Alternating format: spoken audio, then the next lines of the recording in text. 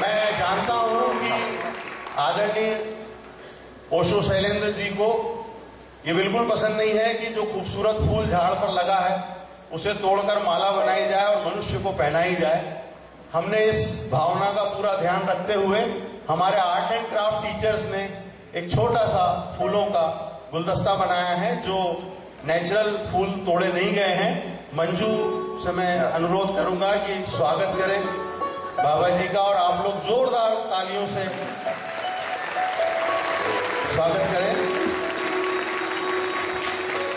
आज का ये शिक्षा सत्संग, अब मैं ज्यादा ना बोलते हुए इजाजत चाहूंगा और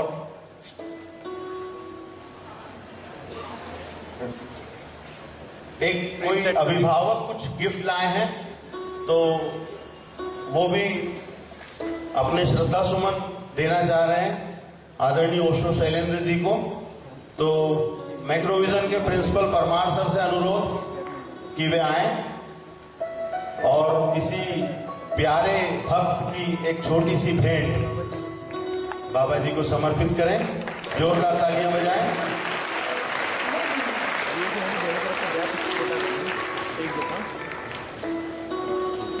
आपने मुझे ध्यान से सुना, दिल से धन्यवाद। Thank you.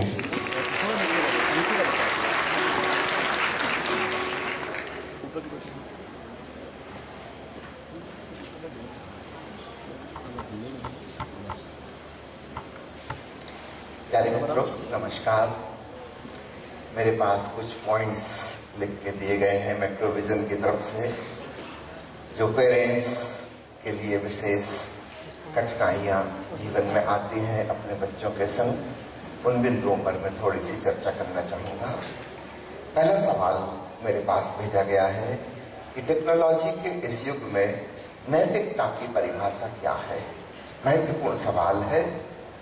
समय बदल रहा है और पुराने शास्त्रों और पुराने ग्रंथों में लिखी परिभाषाएं, डेफिनेशंस आउट ऑफ डेट होती जा रही हैं। थोड़ी सी वॉल्यूम कम कर दीजिए, मेरी आवाज़ वैसे ही जोर की है। हेलो, थोड़ा और कम, ठीक। निश्चित रूप से समय बदल रहा है, परिस्थितियां बदल गई और पुरानी परिभाषाएं तिथिवाह हो गई, आउट ऑफ डेट हो गई हैं। आज के आधुनिक टेक्नोलॉजी के युग में नैतिकता की परिभाषा हम बड़ी संक्षिप्त कर सकते हैं। टेक्नोलॉजी का अर्थ है कि मनुष्य जो काम करता था उसमें से अधिकांश काम अब मशीन करने लगी। अभी थोड़ी देर पहले मैं देखने गया था, यहाँ स्कूल परिसर में विभिन्न क्षेत्रों को जहाँ खाना पकाया जा रहा है किचन में, वहाँ लगभग सारे काम जो पहले कभी इंसान किया करते थे अब उनको मशीनें कर रही हैं।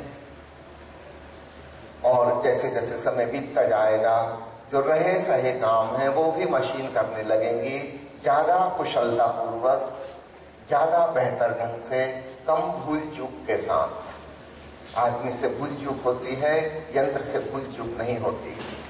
हमारी पुरानी नैतिकता की सारी परिभाषाएं इस प्रकार की थी कि ये करना नैतिक है, पुण्य है, और ये कर्म करना अनैतिक है, पाप है।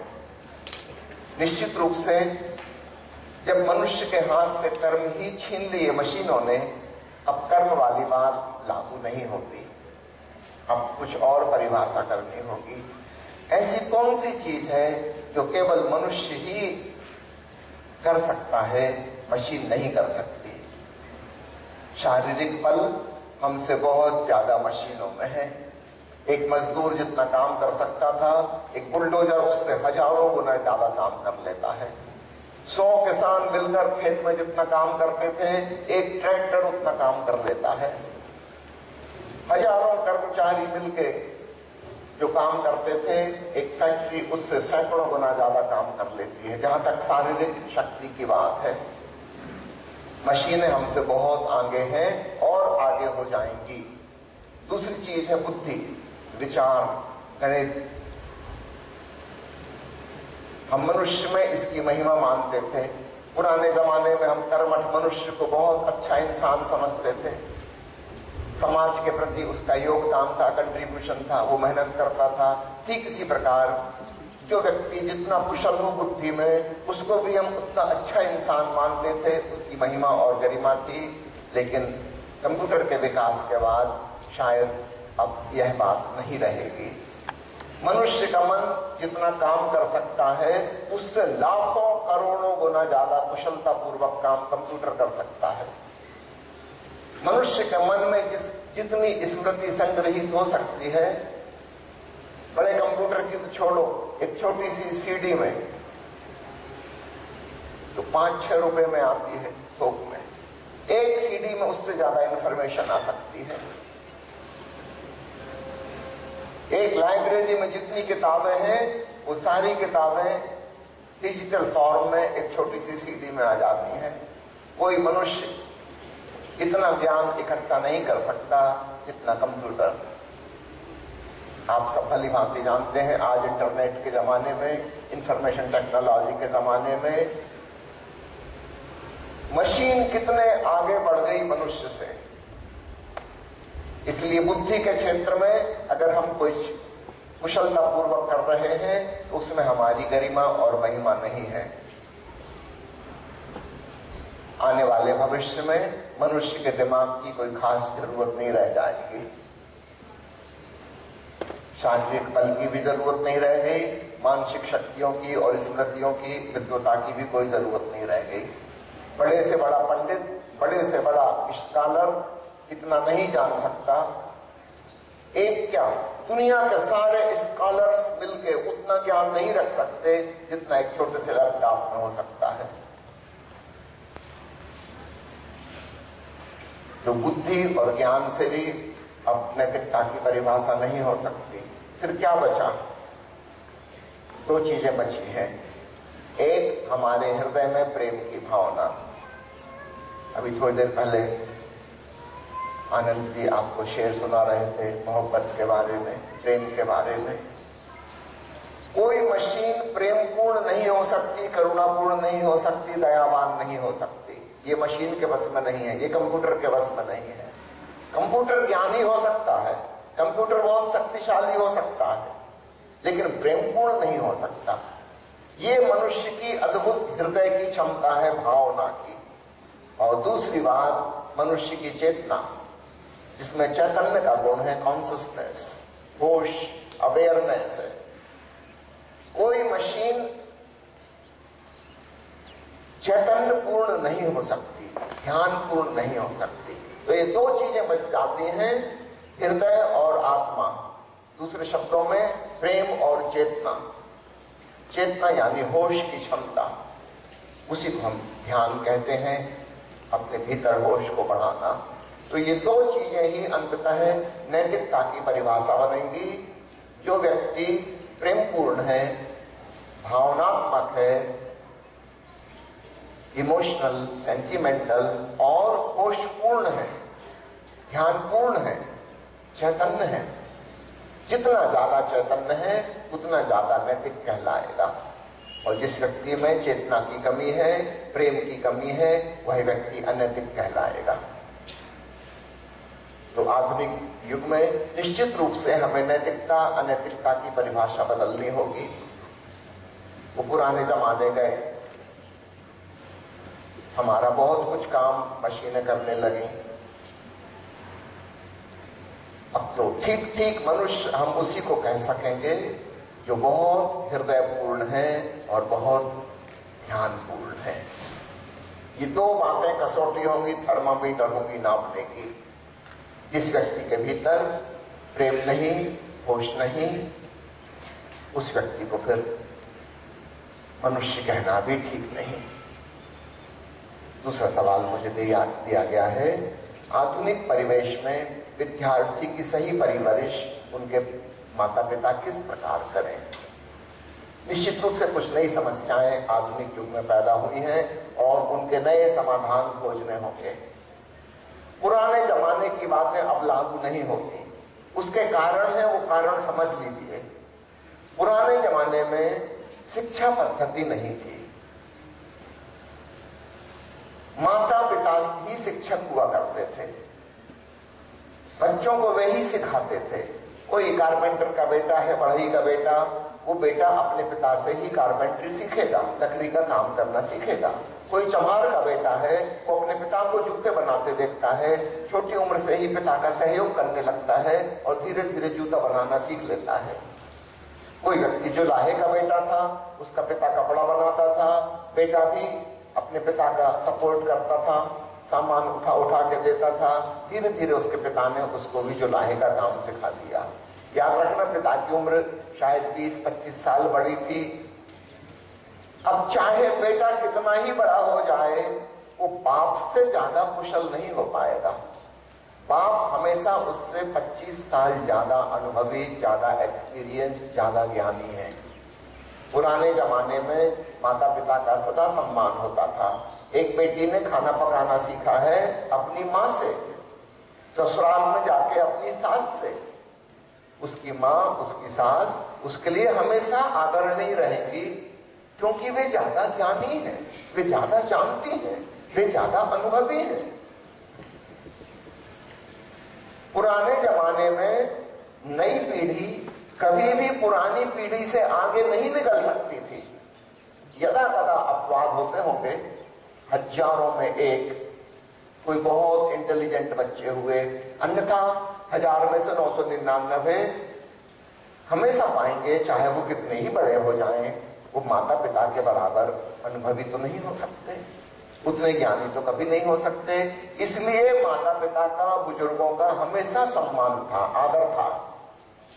वो हमेशा शिक्षा के स्रोत थे, उनसे हमेशा ही सीखने को कुछ बाकी था। ऐसा दिन कभी नहीं आता था बेटे की जिंदगी में कि अब उस पिता से कुछ सीखने को बाकी ना रहा। पिता ज्यादा अनुभवी है। समझो कोई वैद्यराज है, उसने चिकित्सा करने की पद्धति अपने बेटे को सिखाई, उसका बेटा नया वैद्य बन गया। क्या वो कभी अपने पिता से आगे निकल सकता है? 99.9% नहीं। पिता ज्यादा अनुभवी है, वो ज्यादा अनुभवी ही रहेगा। उसकी उम्र अपने बेटे से 20 साल ज्यादा थी तो 20 साल हमेशा ही ज्यादा रहेगी।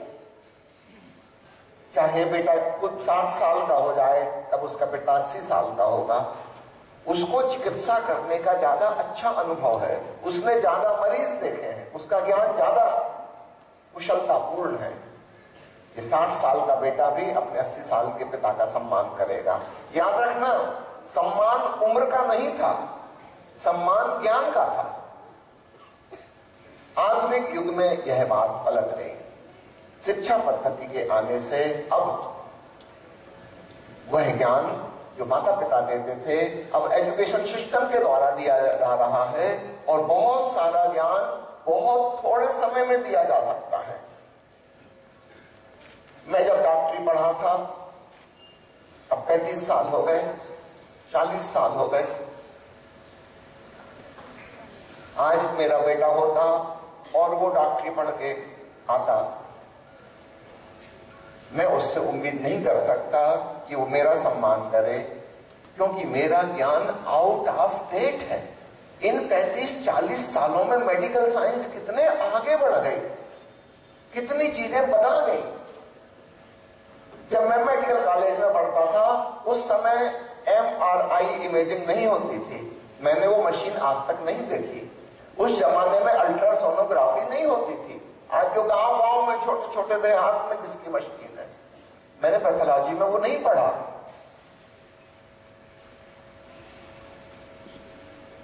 मेरा ज्ञान उस मामले में शून्य है। मैं अल्ट्रासोनोग्राफी की रिपोर्ट नहीं पढ़ सकता, मुझे MRI इमेजिंग की रिपोर्ट पढ़ना संभव नहीं है। यदि मेरा बेटा आज डॉक्टरी पढ़ के आएगा, वो हर मामले में मुझसे ज्यादा जानेगा। पैथोलॉजी की कितनी हजारों टेस्ट इस बीच में नई नई डेवलपमेंट हो गई, मैंने उनके नाम भी नहीं सुने। उनकी रिपोर्ट का इंटरप्रिटेशन करना तो छोड़ो, मैंने उनके नाम भी नहीं सुने कि वो किस चीज की टेस्ट है।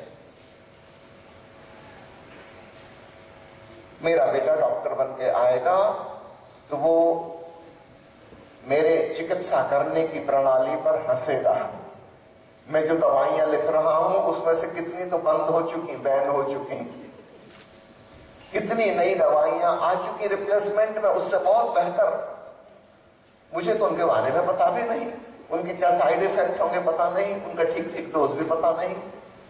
मैं अपने पुराने ढर्रे से इलाज करूंगा, क्योंकि 35 साल में लगभग आउट ऑफ डेट हो चुका। यदि ठीक ठीक इलाज करवाना हो किसी नौजवान डॉक्टर से करवाना। पुराने जमाने की बात अलग है, हम सोचते थे किसी बुजुर्ग वैद्यराज से इलाज करवाएंगे, वो ज्यादा ज्ञानी है। अब ऐसा नहीं है। अभी अभी जो नया नया ज्ञान लेके आया है अब वो ज्यादा ज्ञानी है, वो ज्यादा बेहतर इलाज कर सकेगा, उसे नई नई सर्जिकल टेक्निक्स पता है। हर 2-3 साल में सर्जिकल टेक्निक्स बदल जा रही हैं। इतने नए प्रकार के इंस्ट्रूमेंट्स बनते जा रहे हैं जिनको पुराना व्यक्ति जान ही नहीं सकता, संभव नहीं है। आज वो जो नया डॉक्टरी पढ़ के आया है वो अपने पिता का या बुजुर्ग डॉक्टरों का सम्मान नहीं कर सकता। उसकी दृष्टि में वे लोग हास्यास्पद काम कर रहे हैं। अभी आनंद प्रकाश जी कह रहे थे ना, हंसने की कोई वजह होती है। अब पुराना ज्ञान हास्यास्पद हो गया। यदि मां सोचती है कि उसकी बेटी उसकी इज्जत करे, सास सोचती है कि उसकी बेटी उसका सम्मान करे, बड़ा मुश्किल मामला है, क्योंकि सम्मान मिलता था ज्ञान को। अभी मैं जानता हूं एक सास बहू का बहुत झगड़ा होता है। वो सास मेरे पास शिकायत करने आई कि बहू बड़ी अहंकारी है। मैंने कहा था आप ही तो बहू को बामुश्किल खोज कर लाई थी। वो पहले कई बार मेरे पास आई थी कि आप तो दुनिया भर में जाते हैं, मेरे बेटे के लिए लड़की देख लीजिए। मैंने कहा मैं ये काम नहीं करता, मैं इसलिए थोड़ी जाता हूं। उनकी बड़ी लिस्ट थी कैसी बहू हो, इतनी पढ़ी लिखी हो, उनका बेटा पीएचडी है, लड़की भी वो पीएचडी ढूंढ रही थी, कितनी सुंदर हो, फलानी फलानी फिल्म अभिनेत्री से कम चाहिए ही नहीं, ये गुण हो, वो गुण हो, ये कुशलता हो।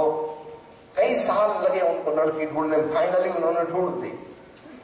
बड़ी खुश थी जब बेटे की शादी हुई कि जैसी लड़की मुझे चाहिए थी मिल गई, और 2 साल बाद आंसू बहाते आई। ये तो बहुत ही घमंडी अहंकारी, इसके आने से हमारा परिवार टूट रहा है।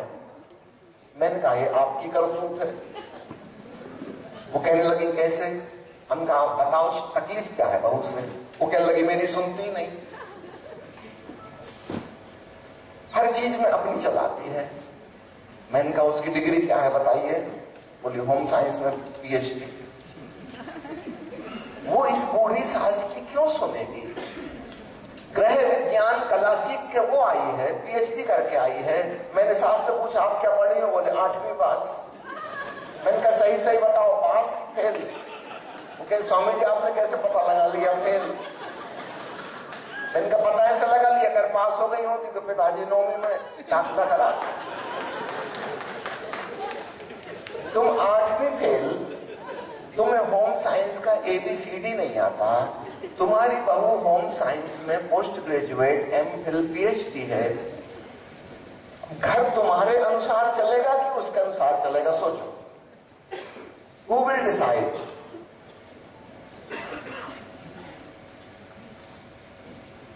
अब होना तो ये चाहिए ये सास बहू का सम्मान करे और उसकी मान के चले।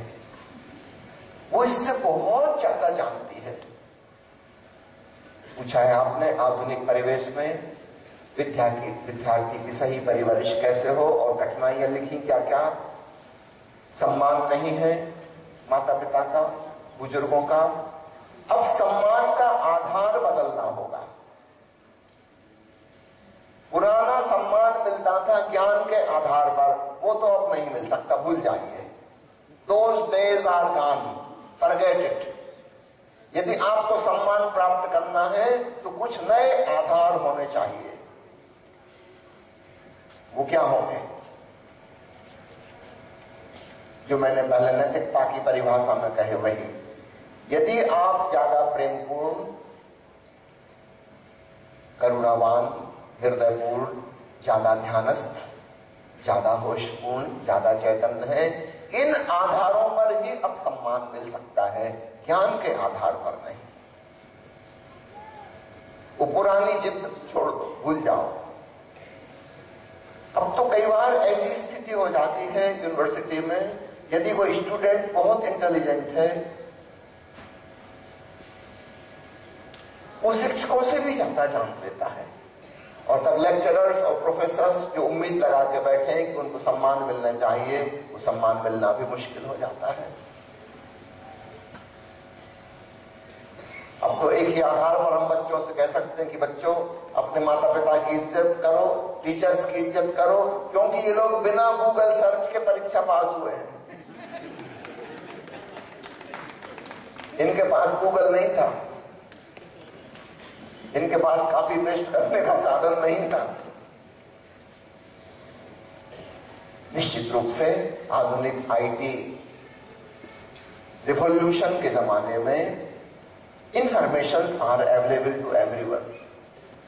अगर बच्चे इंटेलिजेंट हैं, वो शिक्षक से भी ज्यादा जान सकते हैं। अब शिक्षक ये उम्मीद छोड़ दें कि उनको सम्मान मिलेगा।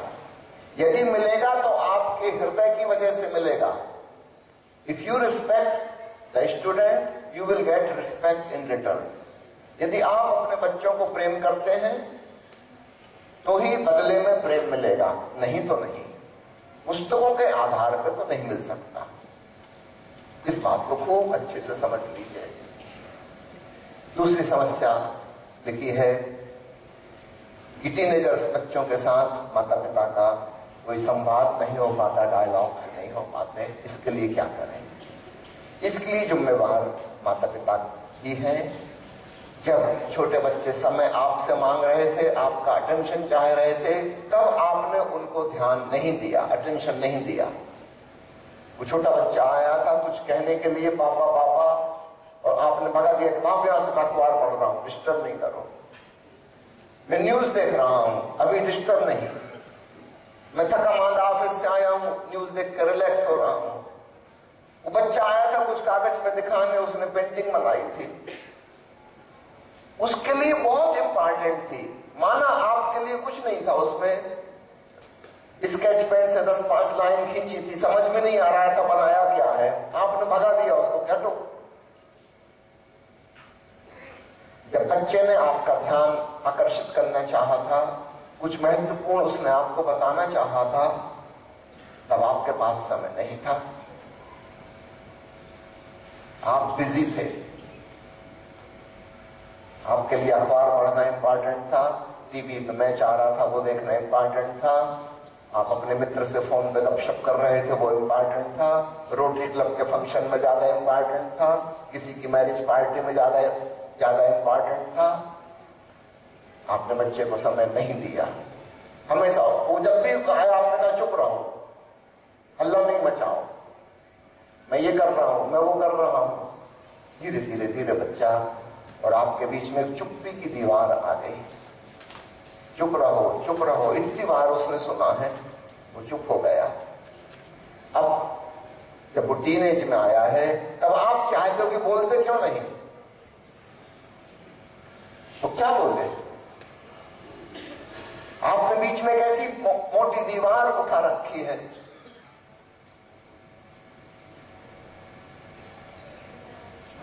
हमारे देश में ये समस्या अभी नई नई ही आई है, पुरानी नहीं है। पश्चिमी मुल्कों में, जापान में ये समस्या इतना गंभीर रूप धारण कर चुकी है कि लगभग माता पिता और बच्चों में एक प्रकार की दुश्मनी सी हो गई है। It has reached to dangerous level. कोई बातचीत ही नहीं होती। बच्चे तभी माता पिता के पास पहुंचते हैं जब उनकी जेब में से कुछ पैसे निकलवाने हो, अन्यथा और कोई बात नहीं होती। और बाप बेटे के पास तभी पहुंचता है जब उसे कुछ उपदेश देना हो। और याद रखना, बेटा आपके प्रति बह रहा है, उसको कुछ सुनाई नहीं देता। आपने ही इस प्रकार की दीवार निर्मित की है।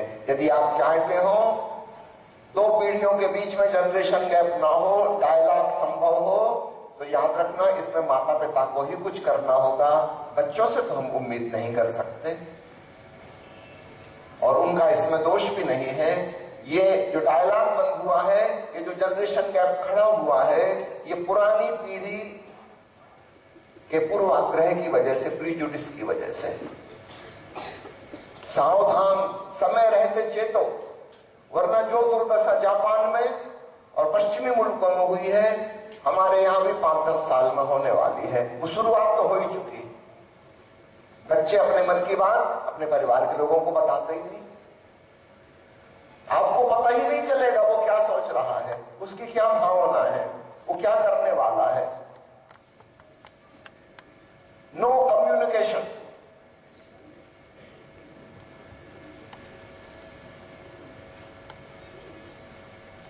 यदि इस प्रकार रहा, फिर परिवार नष्ट हो जाता है, समाज टूट फूट जाता है।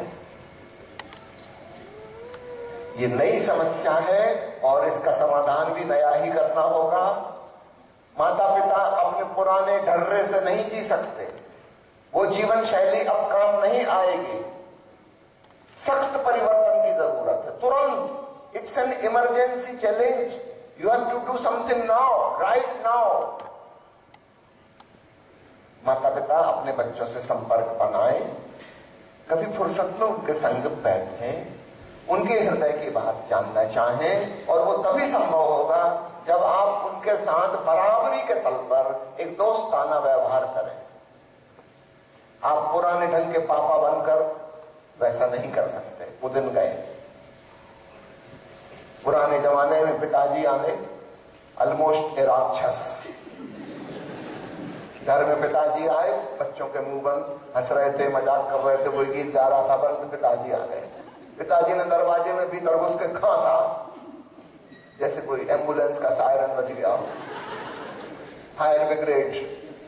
बच्चे यहां वहां छुप गए, कोई किताब पढ़ रहा है, उल्टी किताब पकड़ रहे हैं जल्दी जल्दी, कोई कुछ कर रहा है, कोई दिखावटी, सब नाटक कर रहे हैं, झूठा नाटक। पुराने घरों में अभी भी मैं देखता हूं, गांवों में, देहातों में यही परंपरा चल रही है। पिताजी एक भयानक व्यक्ति है। छोटे बच्चों से कई बार मैं कहता हूं ड्राइंग बनाओ कोई चीज की, कुत्ता बनाओ, बना देता है। बच्चों की ड्राइंग विचित्र रहती है, उनको जैसा दिखता है वो वैसा बनाते हैं। उससे कहो पेड़ बनाओ, छोटा बच्चा ड्राइंग बनाएगा, उसका पेड़ वैसा नहीं होगा जैसा हमको दिखता है बड़ों को, उसकी नजरों में जैसा दिखता है वो वैसा बनाएगा। जब जब मैंने कहा है पापा की तस्वीर बनाओ, एक भयंकर राक्षस नुमा पेंटिंग बनी है। बच्चे के मन में ये छवि अंकित है।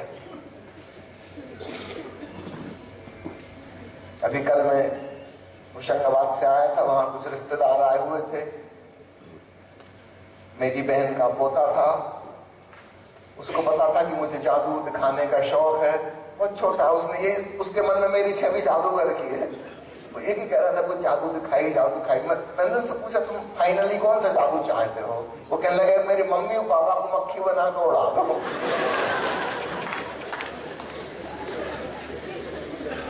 ये फाइनल जादू देखना चाहता है। माता पिता आतंकवादी की छवि रखते हैं अपने बच्चों के मन में, उग्रवादी, टेररिस्ट। सब बच्चे हंस रहे हैं, इससे मेरी बात का समर्थन मिलता है।